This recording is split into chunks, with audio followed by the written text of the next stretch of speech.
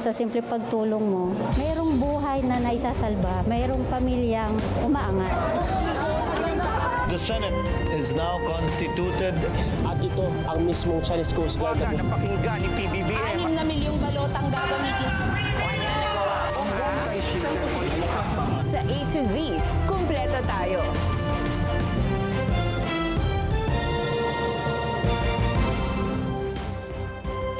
Luzon, Visayas, Mindanao at buong mundo. Ngayon ay Martes, June 2, 2026. Ako si Barbie Mulak at ito ang balitang A to Z. Senate President Alan Peter Cayetano should resign. Senate President Alan Peter Cayetano pinagbibitiw na ng minority bloc senators dahil sa umano'y kapabayaan sa tungkulin. Pagbasa ng sakdal kina Senator Jinggoy Estrada at dating DPWH Secretary Manuel Bonoan sa Sandigan Bayan, hindi natuloy. My fellow citizens, I've just been expelled from Congress. Cavite Representative Kiko Barzaga pinatalsik na sa Kamara dahil sa disruptive at disorderly behavior. Sa kakaiba, daan-daang dolphin namataan sa katubigan ng Chile. Sa showbiz, aktres na si Mutya Orquia may mensahe sa gitna ng kanyang mental health journey. At singer Dua Lipa ikinasal na.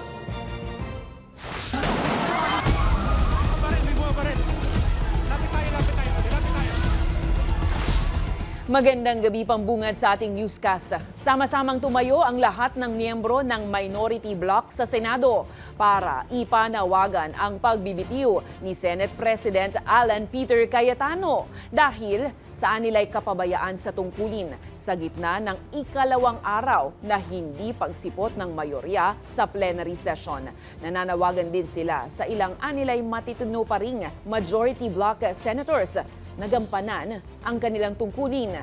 Pahayag naman ng isang political expert sa mga senador, isang tabi muna ang pansariling interes. Ang balitang A to Z ni Ace Cruz. Senate President Alan Peter Cayetano should resign. Yan ang apilan ng 11 nagkakaisang miyembro ng minorya ng Senado Martes ng hapon. Makarang dalawang magkasunod na araw nang hindi sumisipot ang mayorya sa plenary session. Wala na umanong kakayahan si Senate President Alan Cayetano na pamunuan ng Senado sa gitna ng magkakasunod na kontrobersya sa kapulungan. This is not merely a procedural lapse. It is a direct violation of the rules of the Senate and a serious disrespect for the institution and the Filipino people. Pasado alas 3 na nang malaman ng minority bloc senators na wala na namang sesyon Martes ng hapon. Sa Facebook Live ni Cayetano, protest against a puppet Senate na gusto nila. Ginamit nila yung parliamentary tool na walk out para po hindi matuloy ang pag-change ng rules. So ngayon po ang majority, ginagamit din po ang rules sa tama, morally, legally, to ensure na hindi agawin ang mga committees para po matuloy ang hearing ng Blue Ribbon sa Thursday at ang iba't iba pang mga importanteng hearing sa bawat committee. sagot ng minorya, Abuse po yan ng sinasabi niyang parliamentary rules ng Senado. Hindi po namin hinahadlangan magpatuloy ang anumang pagdinig ng komite basta nasa tamang paraan. hanggang June 3, Merkules na lang, makapagdaraos ng sesyon ng kapulungan bago nakatakdang break nito sa June 5. Kaya't mahalaga ayon sa ilang political analyst na matutukan ang pending bills lalo na ang mga nasa ikatlo at huling pagbasa na sa halip na unahin ang political interest ng ilan. Yun yung nakakapanghinayang dahil ang inuuna ay yung pagpepreserba at pananatili sa pwesto sa halip na yung kanilang mismong trabaho bilang mga mambabatas. Sa ilalim ng Senate rules, kailangan 13 senador ang present upang magkaroon ng quorum para sa sesyon. Oras na hindi pa rin dumalo si Cayetano sa sesyon, pwedeng italaga ang Senate President pro tempore, Majority Leader hanggang sa Deputy Majority Leaders. Kaya't panawagan ng minorya sa ilang kapwa senador, I'm sure ilan sa majority matitino pa rin pag-iisip, mababait, meron silang sense of responsibility na kanilang gustong gampanan yung kanilang tungkulin. However, for whatever reason, like I said earlier, nakukumpil sila na sumunod kay Alan Peter. Siniguro naman ang minority group na muli silang papasok sa Senado sa Miyerkules, June 3 para magtrabaho. Para sa Balitang A to Z, Ace Cruz. Naglabas ng pahayag si Vice President Sara Duterte kaugnay sa kalagayan umano ng demokrasya sa Pilipinas, kasabay ng pag-giit na ang mga institusyon ng gobyerno ay dapat manatiling malaya at hindi gamitin laban sa mga oposisyon. Giit ni VP Sara, nag-alalaan niya siya sa kasalukuyang kalagayan ng bansa dahil sa paggamit umano ng kapangyarihan at yaman ng bayan laban sa mga kritiko.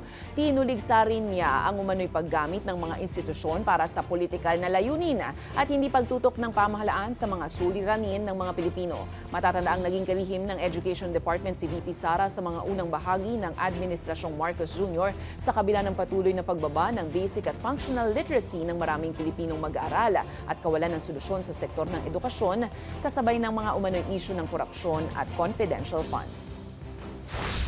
These are the symptoms of a government that has become more preoccupied with protecting power than serving the people.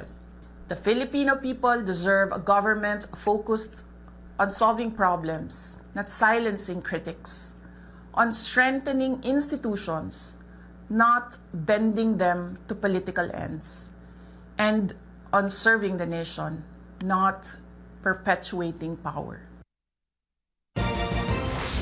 Nangangamba ang Malacanang na maantala ang pagpasa ng ilang priority bills at measures ng Administrasyong Marcos Jr. dahil sa ilang linggong girian, drama at deadlock sa Senado bago ang Senate adjournment ng unang regular session ng 20th Congress. Ayon kay Palace Press Officer Undersecretary Claire Castro, ang taong bayan ang posibleng pinakamalaking maaapektuhan kung magpapatuloy ang alitan sa mataas na kapulungan. Giit ni Castro, marami pang mahalagang panukalang batas ang nakabinbin at nanganganib na hindi maipasa kung mananatiling abala ang mga mambabatas sa politikal na sigalot. Babala pa ng palasyo, hindi lang ang priority bills ang maapektuhan kundi pati ang kabuhayan ng mga Pilipino at kumpiyansa sa ekonomiya. Maaari din niya ito magdulot ng negatibong epekto sa pag-usad ng mga reforma at sa pangkalahatang kalagayan ng ekonomiya ng bansa. Sa ngayon, alam naman po natin kung ano yung mga priority bills, hindi lang dalawa, hindi lang isa, hindi lang tatlo, marami po. Pero kung ganito po nangyayari sa Senado, mahihirapan po talaga. Hindi lang mga Pangulo, kundi ang taong bayan. Apektado ang taong bayan dito. Pati po ang ekonomiya ay maaapektuhan sa ingay at gulo sa Senado.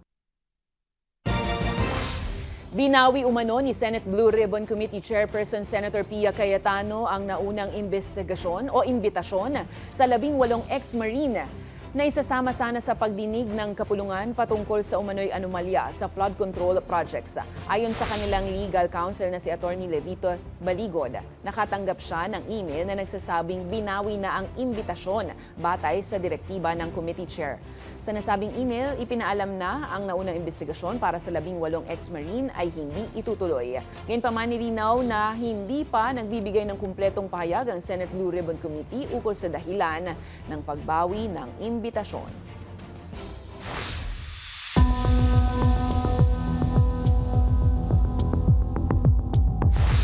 Pinayagan ng PNP General Hospital na makadalo si dating Public Works Secretary Manuel Bonoan sa kanyang arraignment sa Sandigan Bayan para sa kasong graft matapos mabigyan ng medication dahil sa pagtaas ng presyon. Patuloy naman ang hiling ni Bonoan na maisailalim sa hospital arrest. Ang balitang A to Z ni Kim Salinas. Stable na ang kondisyon ni dating Public Works and Highway Secretary Manuel Bonoan matapos dalhin sa ospital dahil sa pagtaas ng blood pressure. With our assessment, wala siyang symptoms and then stable ang kanyang BP, then he can be transferred. Kinumpirma din ni Police Colonel Manongas na matinding stress ang nag-trigger sa hypertension ng 80 anyos na dating kalihim. Nangyari ito matapos siyang sumuko sa PNP Criminal Investigation and Detection Group sa Camp Crame dahil sa kasong plunder kaugnay sa flood control scandal. Complaining of head heaviness and with a BP of 170/100. So after giving medication, nag-improve naman yung kanyang BP. It become 150/90 and then later on, it become 130/70. Batay sa latest medical bulletin, si Bunoan ay conscious, coherent at oriented. Nakatulog ang dating kalihim ng maayos matapos bigyan ng gamot bukod sa kanyang maintenance medication. Pinayagan si Bunoan na makapunta sa Sandigan Bayan para sa arraignment kaugnay naman sa kasong graft. Pero pagdating sa usapin ng posibleng hospital arrest, To determine yung hospital arrest po, hindi na namin saklaw po yun. Kasi ang saklaw lang po ng PNPG is to treat the patient. eksaktong alas 4 ng hapon nang makabalik ang ambulansya na sinasakyan ni Bunoan sa Campo Crame mula sa Sandigan Bayan. Mananatili sa ilalim ng mahigpit na pagbabantay ng mga otoridad si Bunoan habang naghihintay ng desisyon ng korte kung saan siya i-detain habang gumugulong ang kanyang kaso. Para sa Balitang A to Z, King Salinas. Nireschedule ng Sandigan Bayan 2nd Division ang una sanang arraignment ng kasong graft laban kina Senator Jinggoy Estrada at dating Public Works Secretary Manuel Bunoan. Ang dahilan, pending motions ng dalawang akusado. Samantala, muli na namang tumaas ang blood pressure ni ex-DPWH Bunoan, dahilan din para mag-request sila na ipagpaliban ngayong araw ang arraignment. Ang detalye sa Balitang A to Z ni Naomi Almohan. Suot ang BJMP yellow uniform habang nakaposas, dumalo sa unang arraignment ng graft case sa Sandigan Bayan 2nd Division si Senator Jinggoy Estrada. Habang naka-wheelchair naman at mula pa sa Philippine National Police General Hospital, dumating si dating Public Works Secretary Manuel Bunoan. 1:30 ng hapon dapat ang simula ng arraignment para sa graft charges labang kina Senator Estrada at dating Public Works Secretary Bunoan. Pero alas 3 na ng hapon nang nagsimula ito. Pero sa tagal man ng paghihintay, sa huli, nireschedule ito sa Huwebes ng hapon, June 4, dahil sa mga pending motions ng dalawang kampo. Nariyan ang urgent omnibus motion ng kampo ng senador na kumu-question sa validity at factual basis ng mga kasong inihain laban sa kanya. Habang health reasons o pending motion for hospital arrest naman ang sa kampo ni Bunoan. Pero bago pa man ang resetting ng arraignment, personal na sinabi ni Estrada sa korte na handa siyang isagawang arraignment ngayong Martes. Pero nang humiling na ng 1 linggong palugit ang kampo ni Bunoan dahil sa kalusugan nito, winidraw ng kampo ng senador ang unang pahayag at nag-request din ng resetting. Dahil dito, kwinestyon ni Sandigan Bayan Presiding Justice and 2nd Division Chair Geraldine Faith Acong ang kahandaan ng legal counsel ng dalawang kampo. Humiling din ang kampo ni Estrada na payagan siyang dumalo ng mga pagdinig ng hindi na naka-BJMP yellow shirt at posas.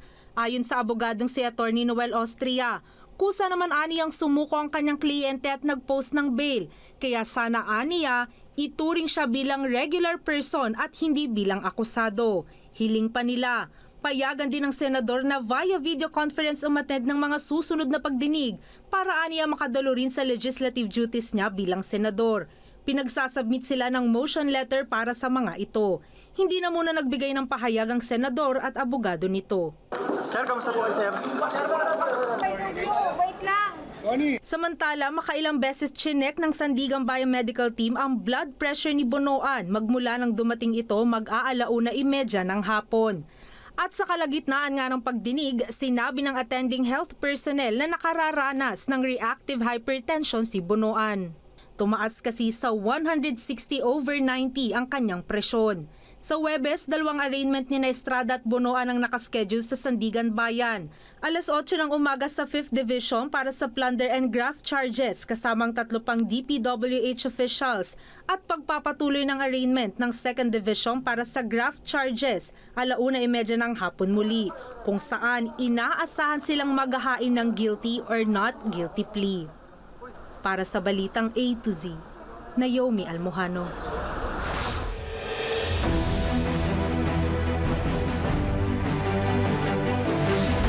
Umaasa ang Department of Education na magdudulot ng mas magandang learning outcomes ang bagong panukalang 3-term school calendar para sa mga mag-aaral. Sa Brigada Eskwela Activity sa Kapitbahayan Elementary School sa Navotas City, sinabi ni Education Secretary Sonny Angara na magkakaroon ng mas maraming oras ang mga guro para maghanda, magsanay at pagbutihin ang kanilang pagtuturo. Ayon pa sa kalihim, mababawasan din ang pagmamadali sa pagtatalakay ng mga lesson dahil mas may panahon ng mga estudyante para sa mas malalim na pang-unawa sa mga leksyon. Bagamat hindi agad masusolusyonan ang matagal ng mga suliranin sa edukasyon, layunin anya ng bagong sistema na bawasan ang curriculum congestion at maprotektahan ang oras para sa aktual na pagtuturo sa klase. Samantala, pinangunahan ni Pangulong Ferdinand Marcos Jr. ang inspeksyon sa mga pagsasaayos sa mga paaralan para sa nalalapit na pagbubukas ng klase sa Lunes, June 8. We're hoping na mas maganda yung learning outcomes dahil yung teacher mas may oras siya maghanda, may oras siya mag-train, tapos mas konti yung exams na ibibigay niya. Nakakatuwang makita na full blast tayo sa educational sector at lahat ng pangangailangan ay hanggat kaya bigay ng pamahalaan ay binibigay natin. Alam naman natin ang pinakamahalaga para sa ating kinabukasan ay ang pagturo at ang pag-training sa ating mga kabataan. Samantala, nakibahagi si Vice President Sara Duterte at Quezon City 4th District Representative Jesus Bong Suntay sa Brigada Eskwela sa Diosdado Macapagal Elementary School sa Barangay Tatalon, Quezon City ngayong Martes. Tumulong ang Vice Presidente sa paglilinis at paghahanda ng mga silid-aralan bilang preparasyon sa papalapit na pagbubukas ng klase. Namahagi rin ng maintenance at cleaning materials sa iba pang mga paaralan sa lungsod para suportahan ang kanilang paghahanda. Layunin nito na matiyak ang malinis, maayos at handa ang mga paaralan para sa mga mag-aaral na papasok muli sa klase sa Lunes.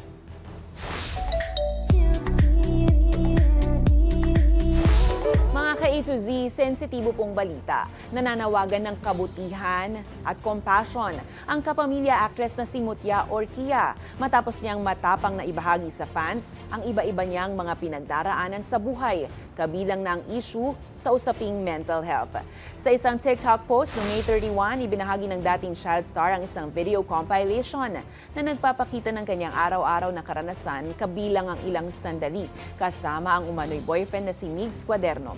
Ipinakita rin niya ang mas vulnerable na bahagi ng kanyang paglalakbay kabilang ang panahon ng matinding kalungkutan at ilang sandali ng pagkakaospital at pamamahinga. Giit niya hindi palaging nakikita ang mental health at hindi lahat ng nasasaktan ay humihingi ng tulong. Kaya mahalaga ang kabutihan, pasensya at pangunawa. Nananawagan din siya ng simpleng pangungumusta, pakikinig at mga salitang nakakapagpalakas sa mga taong may pinagdaraanan. Nagpaabot naman ng maraming mensahe ng suporta ang kanyang fans at nagpaalala na hindi siya nag-iisa. Kaya po sa ating mga ka-A to Z, kung kayo po ay may mga pinagdaraanan, narito lang din po kami, handang makinig at lalong nagpapaalala, hindi po kayo nag-iisa. Susunod, Congressman Francisco Barzaga, pinatalsik na ng Kamara, bunsod ng umano'y patuloy na pasaway na ugali. At kakaibang eksena, daan-daang dolphin na mataan sa baybayin ng Chile. Abangan ang kumpletong ulat sa pagbabalik ng Balitang A to Z.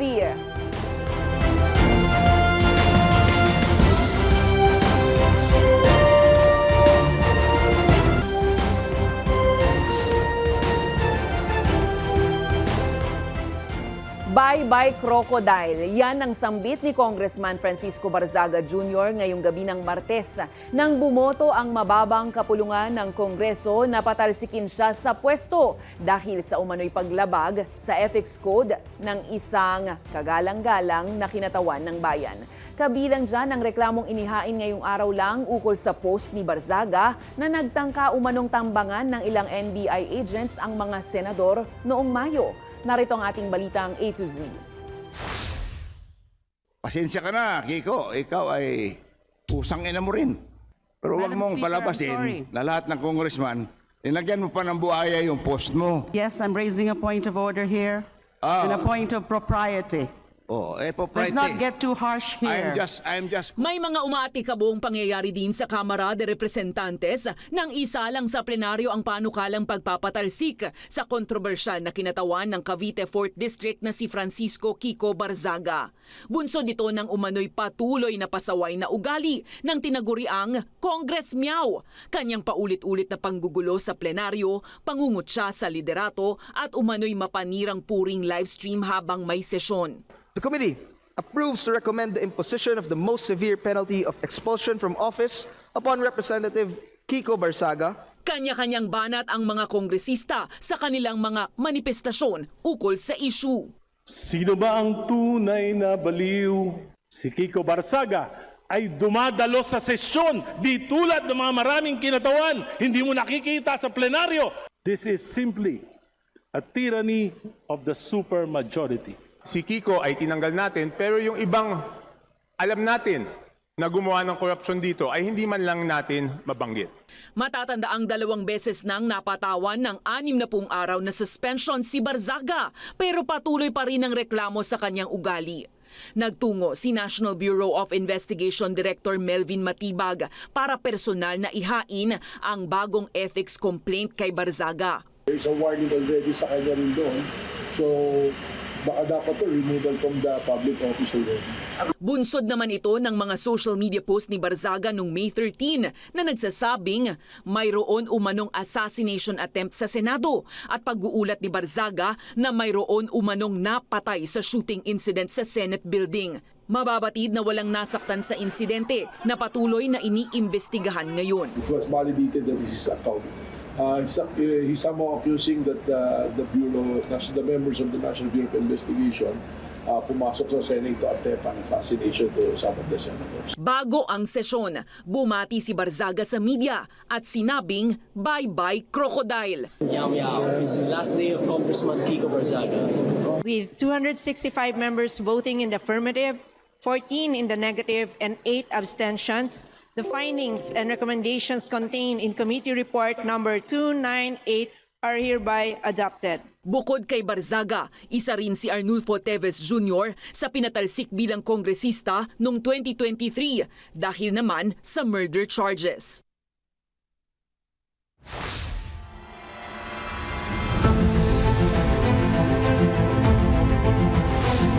Sinabi ng Armed Forces of the Philippines na wala pa silang naitalang presensya ng mga dredger o naghuhukay sa Bajo de Masinloc o Scarborough Shoal sa gitna ng umano'y mga ulat ng bagong structure o equipment sa lugar. Ayon kay AFP, West Philippine Sea spokesperson Rear Admiral Roy Vincent Trinidad, patuloy pa ang verifikasyon ng mga raw information na natatanggap ng mga otoridad.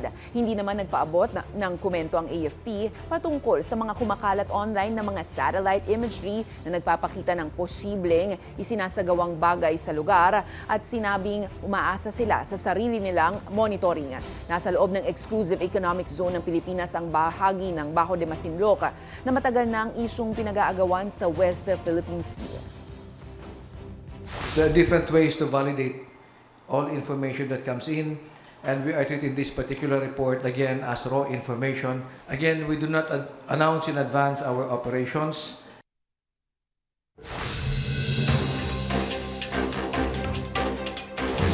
Umakyat na sa 20 ang nasawi matapos gumuho ang isang itinatayong gusali sa Angeles City, Pampanga matapos makahukay ang mga rescuer ng karagdagang 3 bangkay Martes ng hapon.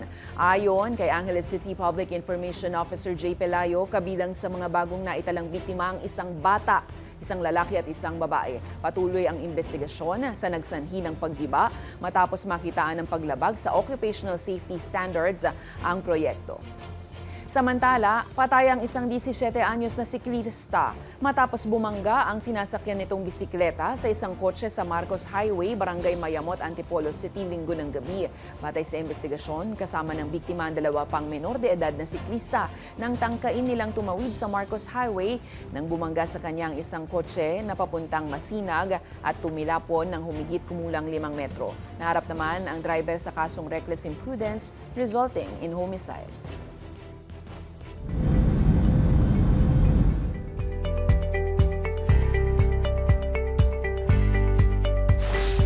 Inihayag ni US President Donald Trump na nagkasundo na umano ang Israel at Hezbollah na itigil ang labanan habang umaarangkada rin anya ang mga pag-uusap kaugnay ng Iran. Ayon kay Trump, nakausap niya si Israeli Prime Minister Benjamin Netanyahu na pumayag umanong itigil ang planong operasyong militar sa Beirut, Lebanon.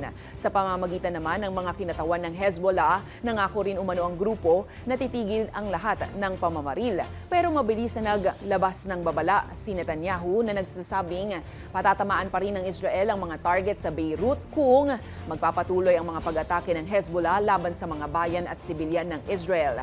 Sa kabila nito, iginiit ni Trump na naurong na ang mga puwersa ng Israel mula sa planong operasyon at umaasa siyang magtatagal ang ceasefire.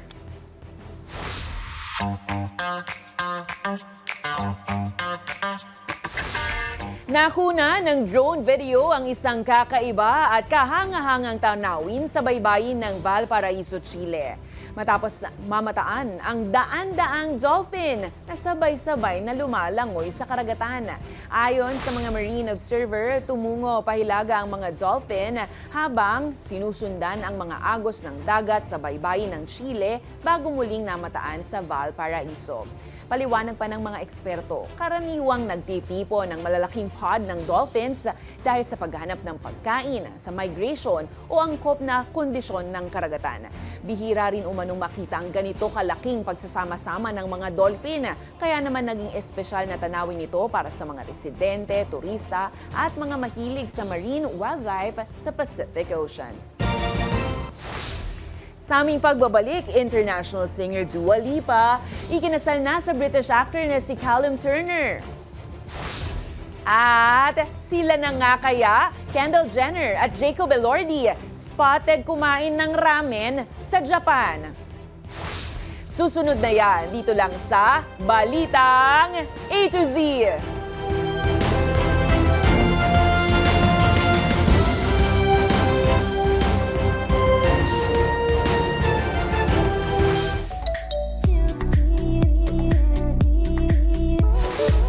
Pop singer Dua Lipa kasal na. Samantala, Kendall Jenner may bagong love life. Alamin ang kilig updates from Hollywood sa Balitang A to Z Showbiz ni Rod Garabot. Kasal na ang 30-year-old pop singer na si Dua Lipa sa British model actor na si Callum Turner. Ilang media outlets ang nag-report na nag-isang dibdib na ang dalawa sa isang pribadong seremonya sa London. January 2024, unang napabalita ang relasyon ng dalawa na nasundan pa ng engagement rumors. Salamat sa giant diamond ring na suot ng Grammy-winning singer. Ayon pa sa ilang media, posibleng magkaroon ng second wedding para may engranding selebrasyon ang celebrity couple. Best wishes! Samantala, maugong naman ang namumuong romance sa pagitan ng model at Kardashian TV star na si Kendall Jenner at Oscar nominee na si Jacob Elordi. Spotted kasi kamakailan ang dalawa in matching black outfits sa isang casual ramen date sa Tokyo, Japan. Bagamat wala pang kumpirmasyon sa tunay na estado ng kanilang relasyon, ay nauna na ang kilig ng fans at netizens online. Sila na nga kaya? Para sa Balitang A to Z Showbiz, Rod Garabot.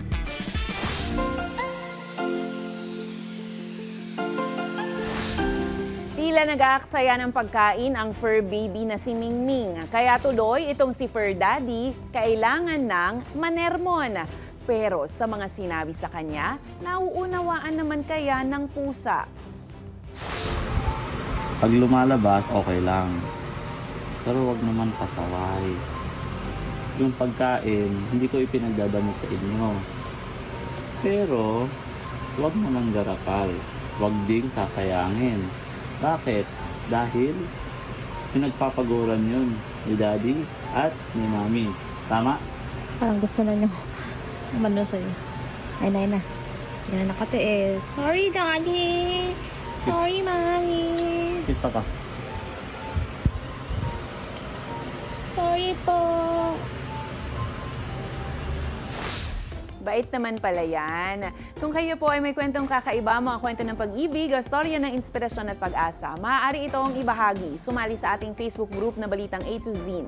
Panoorin ang replay ng ating programa at sundan ang ating social media pages. Hanapin ang Balitang A to Z. Ang ating pabaong quote of the night ngayong Martes ay mula sa philosopher na si Marcus Aurelius. Ang sabi niya, "Sa magulong isipan, nagsisimula ang kaguluhan ng mundo."